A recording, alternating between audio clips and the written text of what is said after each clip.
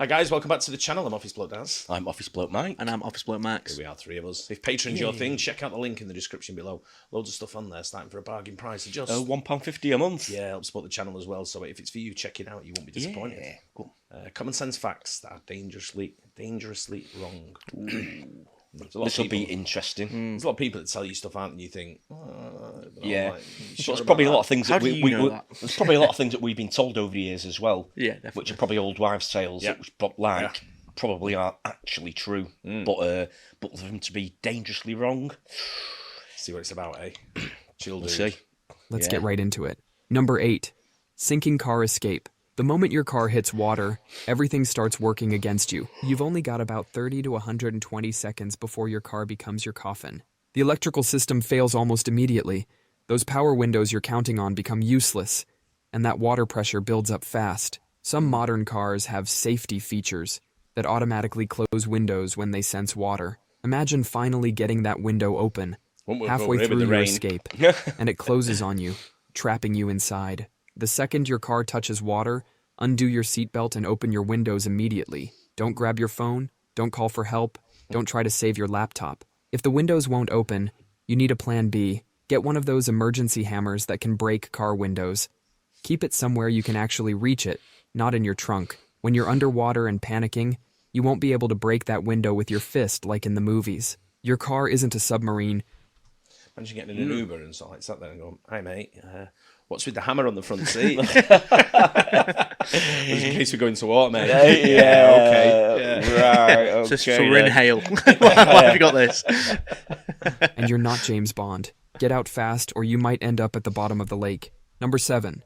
CPR pulse check misconception. Even trained medical professionals struggle to find a pulse in an emergency, and they do this for a living. So what chance do you have of getting it right when you're panicking? Your brain starts dying after just 4 minutes without oxygen. That's shorter than most YouTube ads. A guy at a gym once spent 2 minutes trying to find his friend's pulse. By the time he started CPR, his friend's brain had been without oxygen for way too long. He survived, but now he can't remember his own kids' names. If someone collapses and isn't responding, start chest compressions immediately. Just push hard and fast in the center of their chest. Think of Stayin' Alive by the Bee Gees. That's the right speed. Don't worry about breaking their ribs. A broken rib is better than a dead brain. If you hear cracking, keep going. That's just their ribs saying, "Thank you for saving this person's life." The American Heart Association has removed pulse checks from civilian CPR training because people were spending too much time searching for a pulse instead of saving lives. You can't make someone more dead by doing CPR, but you can definitely make them dead by wasting time looking for a pulse. Number 6. Hurricane water dangers. The deadliest part of a hurricane isn't the wind, it's the water. When a hurricane hits, it creates something called a storm surge. Think of it like a giant wall of angry ocean water being shoved onto land. This isn't your typical flood where water slowly rises up. This is like someone picking up the entire ocean and throwing it at your house. That shallow water can sweep away a 3,000-pound car like it's a rubber duck in a bathtub. Just 6 inches of moving water can knock you off your feet, and 2 feet of water can float your car away. The floodwater is basically nature's toxic soup. It's full of sewage, chemicals, and all sorts of nasty stuff that can make you seriously sick. Imagine swimming in your toilet after it's been mixed with industrial waste and dead animals. The water often hides what's underneath. You might think you're stepping into 2 feet of water, but that manhole cover below is gone. Now you're falling into a 10-foot deep hole with rushing Like water. walking in the ocean. Even Wow, Category that's what 1 it is. hurricane can produce deadly storm surges if it hits just right. It's like getting punched by a lightweight boxer. It might not look impressive, but it can still knock you out cold. The water doesn't care what category the hurricane is. It'll drown you just the same. Number 5. Fainting first aid. When someone faints, their brain isn't getting enough blood.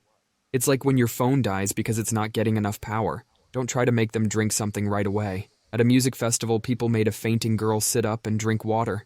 She ended up throwing up and nearly choked. Here's what you actually need to do. Lay them flat on their back. Raise their feet about 12 inches using a backpack, purse, or whatever's around. This helps blood flow back to their brain. Check if they're wearing anything tight around their neck, because passing out is bad enough without also being strangled by your own fashion choices. And don't leave them alone to walk it off. A woman at a mall tried that once. She fainted again, this time down an escalator. Most faintings are basically your body's version of turning it off and on again. But if they don't wake up within 2 minutes, call emergency services. Same goes. you ever fainted? No. No, I haven't. No. Never had that sensation or anything. No. I've come close to it, actually, but I've never actually passed out. Yeah. Yeah, I was in a gym once. Yeah. And doing a workout, and my eyes started like what appeared to be getting very small. Yeah. And I thought, oh, I'm done here. That's not good. Yeah. That's really not good. Yeah, so I just had a sugary drink. Yeah. And then I was back to being normal again. Right. But, so I sat down for a bit and was like, geez, what happened there? Yeah. That's the only thing I can think of what was going to happen. Yeah. I was probably going to pass out. Yeah, I was when someone was in hospital years and years ago. He'd had a procedure, but he'd woken up from anaesthetic, but he was in a lot of pain, and it was horrible to see. And I just started, my eyes were starting going and all sorts, and they just sort of like pulled me over to like a chair and maybe sit down sort of thing near the window, get some fresh air sort of thing. Sure, that wasn't just like you fell for it. Yeah, Over here, mate. so Sit by the window. didn't actually go, but it Count felt the cars. It felt like I was on the way sort of thing. That's when he was at special school.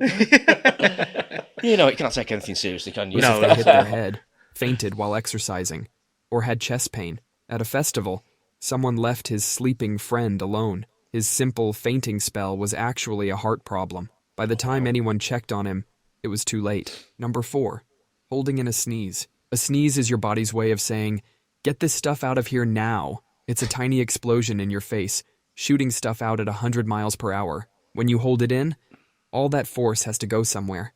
It's like putting your thumb over a running garden hose. The pressure doesn't just disappear, it finds another way out. A guy in the UK learned this the hard way. He tried to be polite during his morning commute and held in a sneeze. The pressure was so intense it ripped a hole in his throat.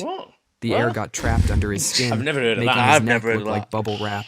He spent a my week in the God. hospital because he didn't want to make noise on the train. That trapped pressure can force infected snot back into your ears or sinuses. It's like power washing your ear canals with germ juice. If you've got a weak spot in your blood vessels, that pressure could pop them like a water balloon. Just aim your sneeze into your elbow like a vampire doing a dramatic cape pose. Your body's trying to get rid of something for a reason. Don't turn a simple sneeze into a medical emergency. Number 3, sleeping off a head injury. That old saying about keeping someone awake after a head injury is dangerously wrong. Your brain actually needs sleep to heal after getting knocked around. The real danger isn't the sleeping. It's missing the warning signs while someone's sleeping. Here's what actually matters. Can they hold a normal conversation? Can they walk straight? Are their pupils the same size? If yes to all these, let them sleep. But if they're slurring words like they're drunk, or if they can't walk straight, or if one pupil is bigger than the other, that's when you need to rush to the hospital. A college kid got knocked out during a football game. His friends kept him awake all night, slapping him and making him do math problems. Meanwhile, they missed the fact that one of his pupils was bigger than the other. That's a sign of brain bleeding. He ended up with permanent damage because everyone was too busy playing keep awake to notice he needed a hospital. Think of it like a bomb. The sleeping isn't what makes it explode, but you need to watch it closely to see if it's about to go off. Check on them every few hours. If they start snoring like a chainsaw when they usually don't, that's a red flag. Your brain knows what it needs. You just need to know when to listen to it and when to call 911. Number 2, public toilet seat infections. That toilet paper seat cover you're carefully laying down isn't really useful. You're protecting yourself from a danger that doesn't exist. Your skin is basically a fortress. Unless you've got open wounds, those toilet germs aren't getting in. It's like trying to break into Fort Knox with a plastic spoon. The average office desk has 400 times more bacteria than a toilet seat. That keyboard you're typing on right now is basically a petri dish with letters on it. A woman once got a nasty infection and blamed it on a public toilet. Turns out she got it from her own gym bag that she put on the bathroom floor. The toilet seat was probably cleaner than her phone.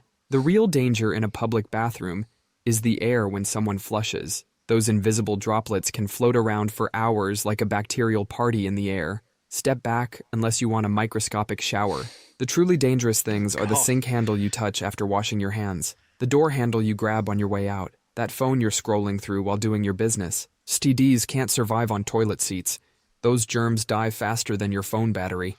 They need warm, moist environments to survive. A cold toilet seat is like Antarctica to them. Just wash your hands properly and keep your phone out of the bathroom. Your immune system can handle a toilet seat. It's probably struggling more with that gas station sushi you had for lunch. Number 1, nosebleed head tilt. At a basketball game, a kid takes an elbow to the face. Blood starts gushing from his nose like a broken fire hydrant. The coach tells him to tilt his head back and stuff tissues up there. 1 minute later, the kids coughing and sputtering.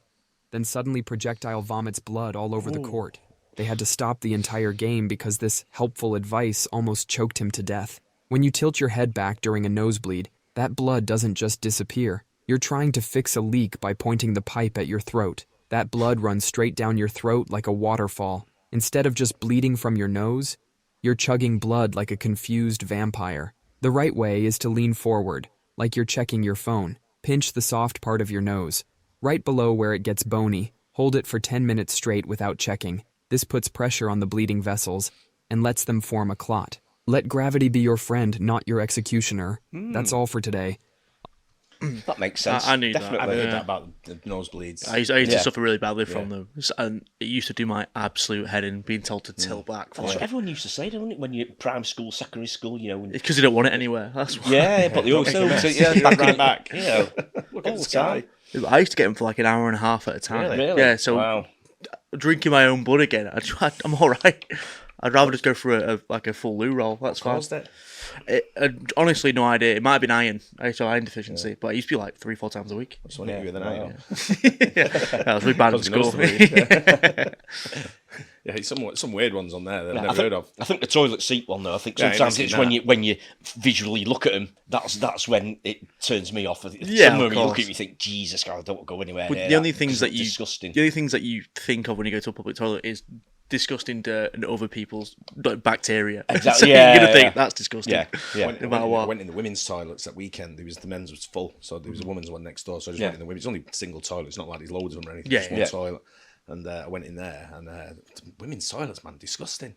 Really? Proper shithole. Yeah, the toilet roll everywhere and on the floor, and all. I had to clean it all up. I was like, who's Really? left it in this condition like that? I suppose we're in a slight advantage that we can stand up, sort of thing. We don't normally have to sit down at a public Yeah, one, do you? in I about can't remember 30 the last time we seconds. did it, sort of thing. I try and avoid it. It's like you use paper Absolutely, towel, you completely wash so. your hand, throw it in the bin. Don't throw it next to the bin. Yeah, that's Actually, you wouldn't do it at home, would you? No. I know It's it's lazy, man. It is bizarre the state some of them are in when you go to these public toilets, whether it's service stations or football grounds, whatever you think. Yeah, a lot of come the on. football grounds are worse, but a lot of Oh, service that- stations have attendants on They there. do. keeping them To be clean. fair, yeah, I think you should do as They well. still smell like shit. Yeah, You of know what I course. mean? They Yeah, still yeah. reek, sort Yeah. of thing. But it's at least they're clean, and they invested in a cleaner to go in there with all cleaning. Invest in some kind of air freshener. Yeah, I know. yeah. Yeah, I know was what I going mean? to say, yeah. Get freshen working the place up fan a in bit. there. Yeah, Something like that. exactly. Exactly. Just, it's, Big time. yeah, I like you say, I still wouldn't risk it. No, not Yeah. at all. Yeah, I'll take his word for that. But I'll still, yeah. Wait till I get home. Anyway, hope you guys enjoyed that. Don't forget like and subscribe. We'll see you in the next one. Cheers. Cheers.